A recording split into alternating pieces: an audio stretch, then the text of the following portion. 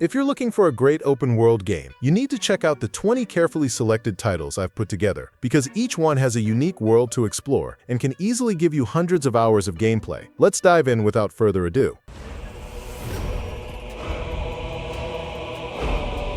The Elder Scrolls V Skyrim. I wanted to start the list with the first game that comes to mind when people think about open worlds. The world of Skyrim is about 37 square kilometers, and it's filled with dragons, icy mountains, and ancient dungeons waiting to be explored. The game never forces you to follow the main story. You can simply wander through the world and create your own adventures. No matter where you look, there's always something to discover. Massive cities, remote villages, hidden caves, and abandoned forts. When you travel on foot, the world feels incredibly alive. Side quests are just as rich as the main story. You might help a villager recover a lost crown, join the Dark Brotherhood, or become a vampire hunter. With dragon shouts, you can even bring flying dragons crashing down to the ground. Even though the game has fast travel, getting lost while exploring Skyrim on foot is a special experience.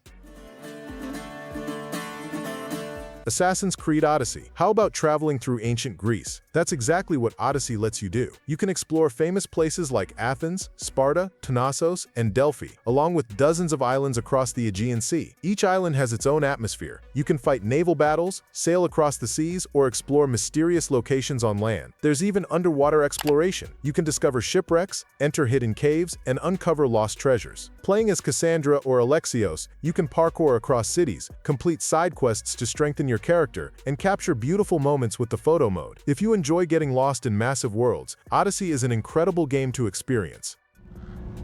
Guided by grace. Elden Ring, From Software's first open-world game, introduces the massive and dangerous land known as the Lands Between. Unlike the more linear Souls games, Elden Ring gives players far more freedom. With your spectral horse torrent, you can explore hills, valleys, underground areas, divine towers, and legacy dungeons. You can spend dozens of hours in just one region and still find new secrets. Every location is carefully handcrafted. Exploration is constantly rewarding. You'll discover new weapons, spells, bosses, and hidden paths. The map slowly reveals itself piece by piece, and each region feels completely different. Limgrave is green and welcoming for beginners, while Caelid feels like something straight out of a nightmare. NPCs like Ranni and Bled have their own mysterious storylines, and you can summon friends for multiplayer or invade other players' worlds. Even for someone who has never played a Souls game before, Elden Ring is a fantastic entry point. Minecraft. For almost 15 years, millions of players have been getting lost in its world while searching for the perfect place to build a home. Minecraft offers a virtually endless world, and every seed starts you in a completely different location. Forests, mountains, caves, deserts, oceans. The biome variety feels limitless, and that's exactly what makes Minecraft so special. In its open world, you can do whatever you want. You can build complex redstone machines, massive megastructures, or simply create a small cozy house and relax inside. While shader mods can make the game look more realistic, the true charm of Minecraft lies in its original simplicity and creativity. What do you think? Let's talk about it in the comments. Bust the high wing! Hogwarts Legacy. Most of us grew up watching the Harry Potter movies and dreaming about Hogwarts. Now imagine getting lost in that world yourself. Hogwarts Legacy lets you freely explore Hogwarts Castle and the surrounding areas. Every corner of the school is open to discovery. From the Forbidden Forest to Hogsmeade Village in the Scottish Highlands, everything feels magical. You can fly across the world on a broomstick or glide through the sky on a hippogriff. Secret passages and hidden rooms are scattered throughout the castle. Spells help you solve puzzles. Lumos lights the darkness, while Accio pulls objects toward you. You can customize your personal space in the Room of Requirement, attend classes like Herbology, Potions in the Dark Arts, and fight enemies with satisfying spell combos. You can even rescue and care for fantastic beasts. For Harry Potter fans, this game truly feels like a dream come true.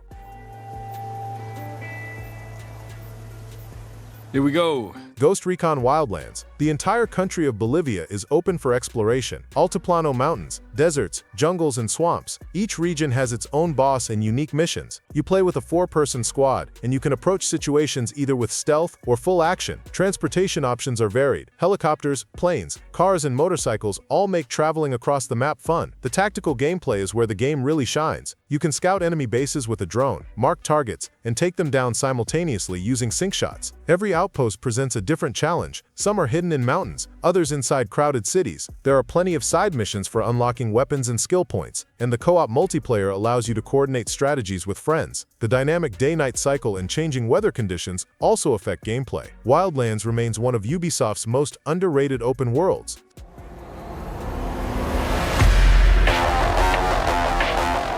Cyberpunk 2077. Night City might be one of the most immersive open worlds ever created. Even though the city isn't huge, each district, Watson, Westbrook, City Center, and Pacifica, has its own unique vibe. The vertical design is incredible. When you look up, you see glowing advertisements, neon lights, and holograms lighting up the skyline. You can explore the city by car, motorcycle, or simply on foot. Driving in first person, especially in cars, feels amazing. Side quests are just as strong as the main story. Characters like Judy, Panam, and River each have deep emotional storylines. The Braindance system lets you investigate past events in a unique way. And if you add mods on top of everything, Cyberpunk's open world can become something truly incredible.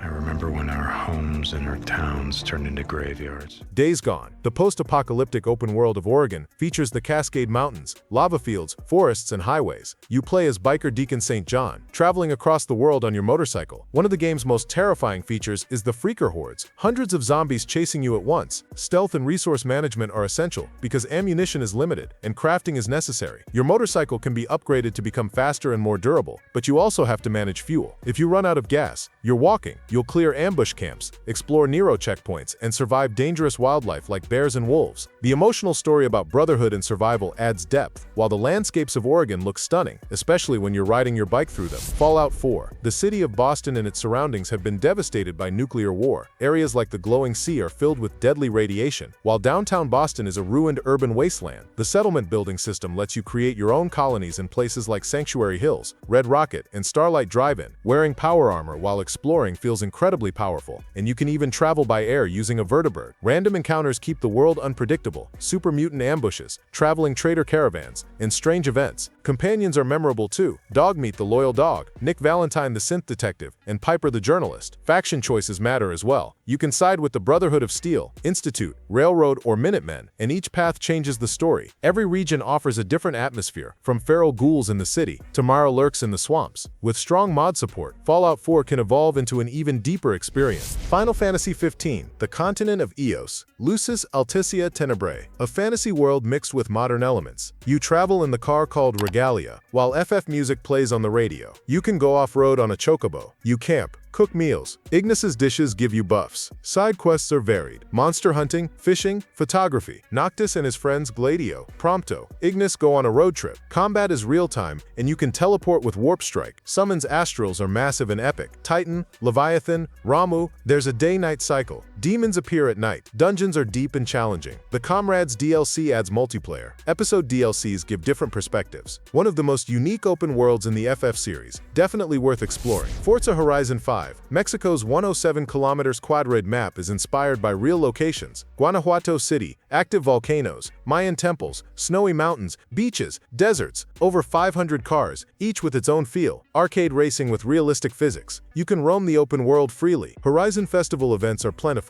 Drag races, drift zones, speed traps. Eliminator Battle Royale racing is thrilling. Compete with others via Forzathon Live. The photo mode is amazing. Ray tracing, dynamic weather. Seasonal content changes weekly. Mexican culture shines through the game. It's not just racing. Exploration is satisfying too. Starfield. Even though a lot of people dismiss Starfield, I think its open world is absolutely worth exploring. Every planet is procedural, but there are handcrafted cities. New Atlantis, Aquila City, Neon. You explore the galaxy in your spaceship, using grav jumps to hop between star systems. Planet scanning helps you find resources and build outposts. Shipbuilding is detailed. Assemble parts to create your own ship. Space combat is satisfying. Dogfights with pirates. Faction quests are deep. Freestar Rangers, Crimson Fleet, UC Vanguard. Companions offer romance options. New Game Plus adds a unique twist. Modding community is strong. Some planets are empty, but exploration feels rewarding. Bethesda's most ambitious open universe. If you love space, this is a must-try. Far Cry 5, Hope County, Montana. Mountains, forests, rivers, lakes. The American countryside is beautifully detailed. The Eden's Gate cult has taken over, and you lead the resistance. Each region is controlled by a different herald. John, Faith, Jacob. Guns for Hire system includes Boomer Dog, Cheeseburger Bear, Nick Rye Pilot. Plenty of activities. Fishing, hunting, flying, driving. Outposts can be liberated stealthily or loudly. Prepper stashes offer puzzles and loot rewards. Arcade mode has community maps. Co-op lets you play the entire campaign. Vehicles range from pickup trucks to the planes and helicopters. Montana's landscapes are breathtaking. You can have fun just exploring. Horizon Forbidden West. Post-apocalyptic Western America. Ruins of San Francisco, Yosemite, Las Vegas. Robot dinosaurs, machines roam the world. Aloy scans machines with her focus to find weak points. Underwater exploration added. Sunken ruins, aquatic machines. Gliding from cliffs lets you cover long distances. Climbing is freer, Uncharted style. Tribes bring diverse cultures. Utaru, Tenak, Quen. Side quests are deep. Each tells its own mini-story. Machine override turns enemies into mounts. You can even fly with the Sunwing. Weapon variety is wide. Tripwires, sharp-shot bows, bolt blasters. Photo mode and graphics are stunning on PS5. Red Dead Redemption 2. The most detailed open world of 1899 America. 75 kilometers quadrate map. Snowy mountains, swamps, deserts, forests. Every town is alive. St. Denis, Valentine, Blackwater. Riding horses is immersive. Bonding system. Different stats for each horse. Hunting is realistic. Animal behaviors. Perfect pelts. You can camp, fish, and experience random encounters. People needing help. Ambushes. Talk with Arthur's crew at the gang camp. Your actions affect the honor system. Side activities. Poker, dominoes, five-finger fillet. Stranger missions introduce unique characters. Detail level is insane. NPCs have daily routines. Weather is realistic. Rockstar's best open world yet. Do you think GTA 6's open world will top RDR2? Tom Clancy's The Division 2. Post-pandemic Washington, D.C. White House Capitol, Lincoln Memorial. Landmarks built to 1:1 scale. A looter-shooter. You collect gear. Build your loadouts. Dark Zone is PvPv. High risk, high reward. Co-op for up to 4 players. Missions are challenging. Endgame content is rich. Raids, strongholds, manhunts. Specializations let you play your way. Capture control points. Take over territories. Seasonal content constantly updated. PvP conflict mode is competitive. Weapon modding is detailed. The Summit offers a 100-floor challenge. DC feels like a tourist trip. The level of detail is incredible. Division 1 was New York. 2 is even bigger. One of the best options for looter-shooter fans. Grand Theft Auto 5. Los Santos and Blaine County. City, mountains, ocean, desert. A parody of Los Angeles. But massive. 3 characters. Michael, Franklin, Trevor. Each living in different areas. Hundreds of vehicles. Supercars, bikes, planes, helicopters, submarines. Unlimited activities. Golf, tennis, yoga, parachuting, scuba diving. Stock market system lets you invest. Tons of radio stations with varied music. Random events. Stop a store robbery or help out. Heists require planning. With multiple approaches. GTA Online is a whole separate world. Businesses, properties, custom cars. Strong modding community. Roleplay servers. Graphics mods. Even years later, GTA remains one of the rare games that never feels old.